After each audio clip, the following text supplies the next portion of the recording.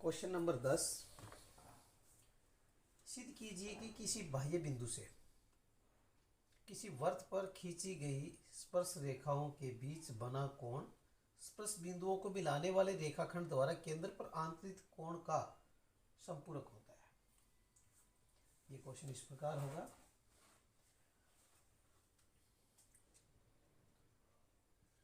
यहाँ पर सबसे पहले हमें एक वृत्त दिया हुआ है और कहता है कि बाह्य बिंदु से, अब वृत्त के बाहर हमको एक बिंदु देते हैं।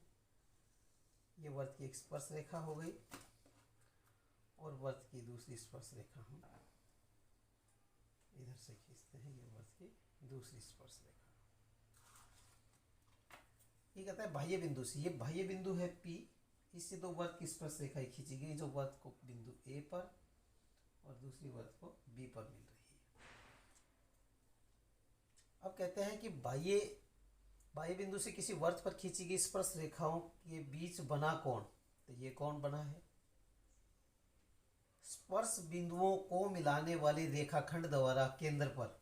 तो यहाँ पर हम मानते हैं इसका केंद्र है, तो यहाँ पर ये कोण हो गया और इधर से ये कोण हो गया।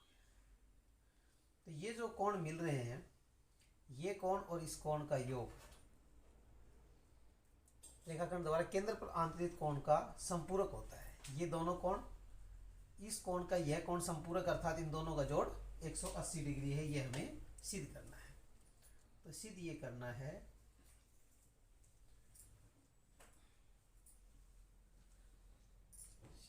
है कि कोण AOB प्लस कोण APB बराबर 180 डिग्री, ये हमें सिद्ध करना है।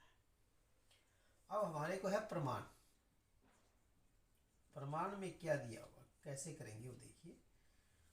सबसे पहले हम ये मानते हैं कि जो O पर, यहाँ केंद्र O है, OAP, ये कोण कितना होगा।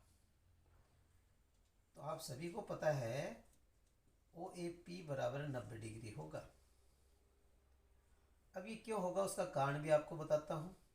ऐसे ही कोण OBP, ये कोण कितना डिग्री होगा, ये भी 90 डिग्री होगा। अब आप इसका कारण लिखें। स्पर्श बिंदु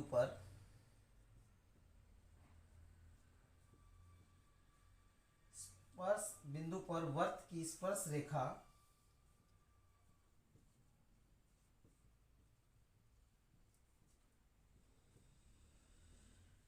स्पर्श रेखा और त्रिज्या के बीच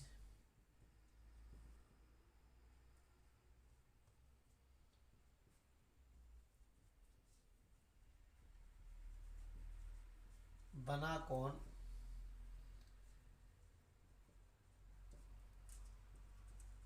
समकोण होता है। ये हमने बार बार लिखा है, तो इसके कारण से ये समकोण हो गया, दोनों कोण समकोण हो गए। अब आप देखिए कि एक चतुर्भुज है यहाँ पर, ये AOBP। तो कोण हम लेते हैं OAP प्लस कोण APB प्लस कोण PBO प्लस कोण OBP बराबर है 360 डिग्री। कारण चतुर्भुज के सभी अंत कोणों का योग 360 डिग्री होता है। चतुर्भुज के सभी अंत कोणों का योग 360 डिग्री होता है, इस वजह से हुआ। अब ये कोण कौन से हुआ, जैसे A कोण ये वाला, P कोण 2 नंबर पे ये वाला, 3 नंबर पे B वाला, 4 नंबर पे कोण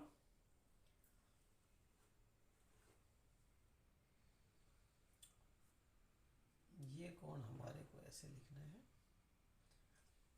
OAP APB और PBO और हम कह सकते AOB। इन चारों कोणों का। अब हमारे पास देखिएगा कि ये कोण 90 डिग्री है। अब ए पी बी हमारे को पता नहीं। अब बी पर कोण जो है इसको चाहिए तो ऐसे लिखें, चाहे अगर आपने ऐसे लिख रखा है तो इसको ऐसे लिख लो ओ बी पी। ये हमारे पास 90 डिग्री है, ताकि समझ में आ जाए कि ये कौन सा कोण लिख रहे हैं। ए ओ बी बराबर 360 डिग्री। अब इन दोनों को हम लिखेंगे ए पी बी प्लस कोण ए ओ बी बराबर है 360। 90 और 90 180, दूसरी तरफ जाकर घटा के 180 हो जाएंगे। तो ये हमारे पास बन जाएगा A P B plus A O B बराबर है 180 डिग्री। तो यही हमें सिद्ध करना था।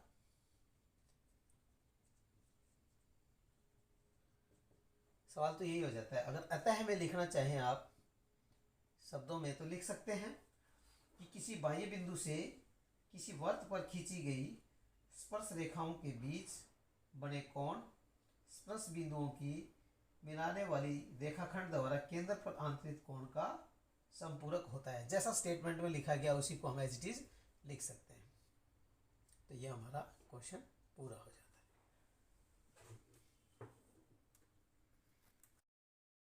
क्वेश्चन नंबर 11 इंपॉर्टेंट क्वेश्चन है। सिद्ध कीजिए कि किसी वर्त के परिगत समांतर चतुर्भुज समचतुर्भुज होता है। एक ये वर्त है, इसके परिगत, परिगत का मतलब बाहर की साइड, समांतर चतुर्भुज खींचते हैं।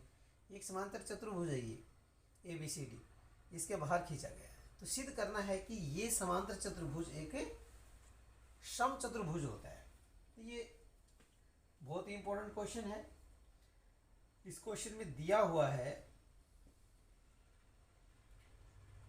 जब भी हम कोई थ्योरम का क्वेश्चन करते हैं तो वो दिया हुआ है क्या वो लिखते हैं पहले।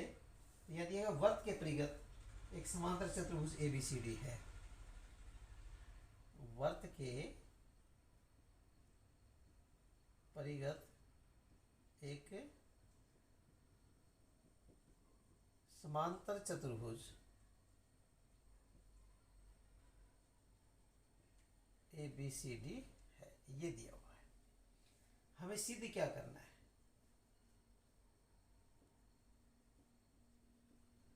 सिद्ध करना है कि ए बी सी डी एक समचतुर्भुज है। ए बी सी डी एक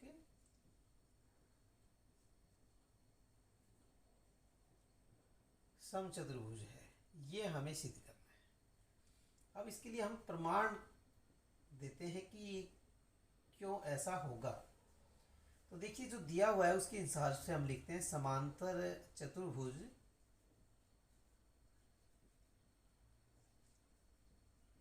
ए बी सी डी में हम सबसे पहले कहते हैं ए बी बराबर है सी डी के एंड ए बी समांतर है सी डी के, क्योंकि समांतर चतुर्भुज की सम्मुख भुजाएं बराबर होती हैं और एक दूसरे के समांतर होती हैं। ये भुजा इसके बराबर होगी और इसके समांतर भी होगी।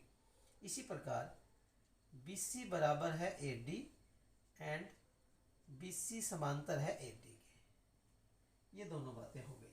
इसका नंबर हम 1 मान लें और इसका नंबर हम 2 मान लें। अब हमारे पास देखिए 4 बाह्य बिंदु हैं यहाँ पर। तो हम लिखते हैं ए पी बराबर है, इसको हम दे दें नाम P Q R और S, ये स्पर्श बिंदु हैं।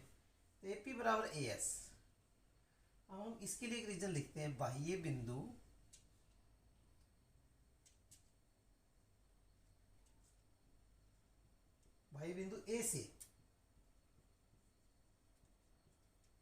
ए से वर्त की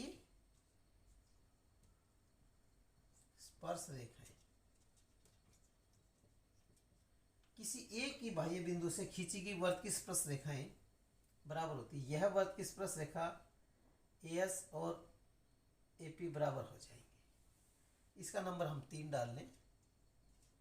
इसी तरह से हम आगे देखते हैं कि बी से, बाह्य बिंदु बी से अगर सेम बाह्य बिंदु बी से अगर हम वर्त की स्पर्श रेखा ये देखें तो कौन सी होगी, बीपी बराबर है बीक्यू। ये दो वर्त की स्पर्श रेखा ही हो गई।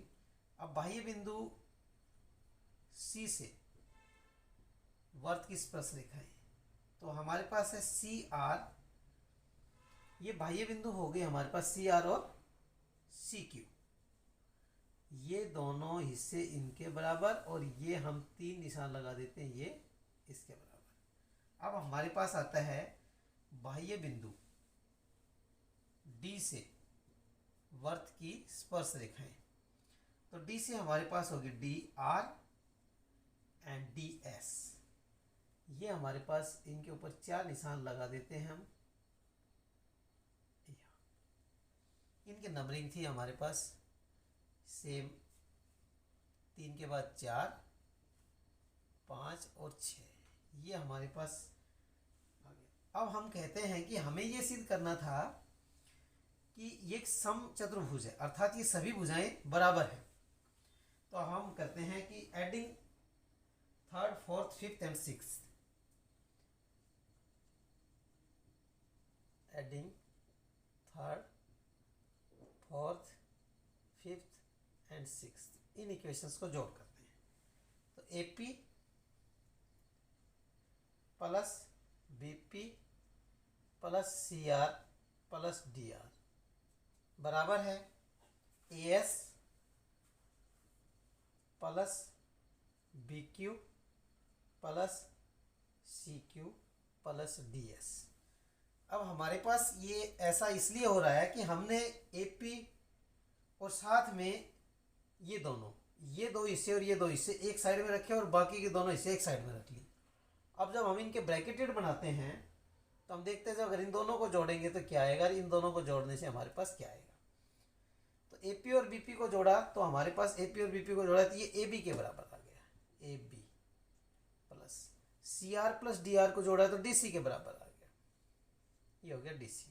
अब AS के साथ DS को जोड़ दिया जाए और BQ के साथ CQ को जोड़ दिया जाए, एक जोड़ा ये बना देंगे और एक जोड़ा AS प्लस DS का बना देंगे। तो ये हमारे पास BQ प्लस CQ को जोड़ेंगे तो बन जाएगा BC और अगला बन जाएगा हमारे पास AD। तो ये हमारे पास हो गया AB प्लस DC बराबर है BC प्लस AD। अब हम कहते हैं इस इक्वेशन का नाम डाल लेते हैं अपना 7th, ये 7वीं इक्वेशन है। अब हम कहते हैं कि from equation first, second and 7th, पहला, दूसरा और 7वां इक्वेशन को ध्यान में रखते हुए अब हमारे पास ये है कि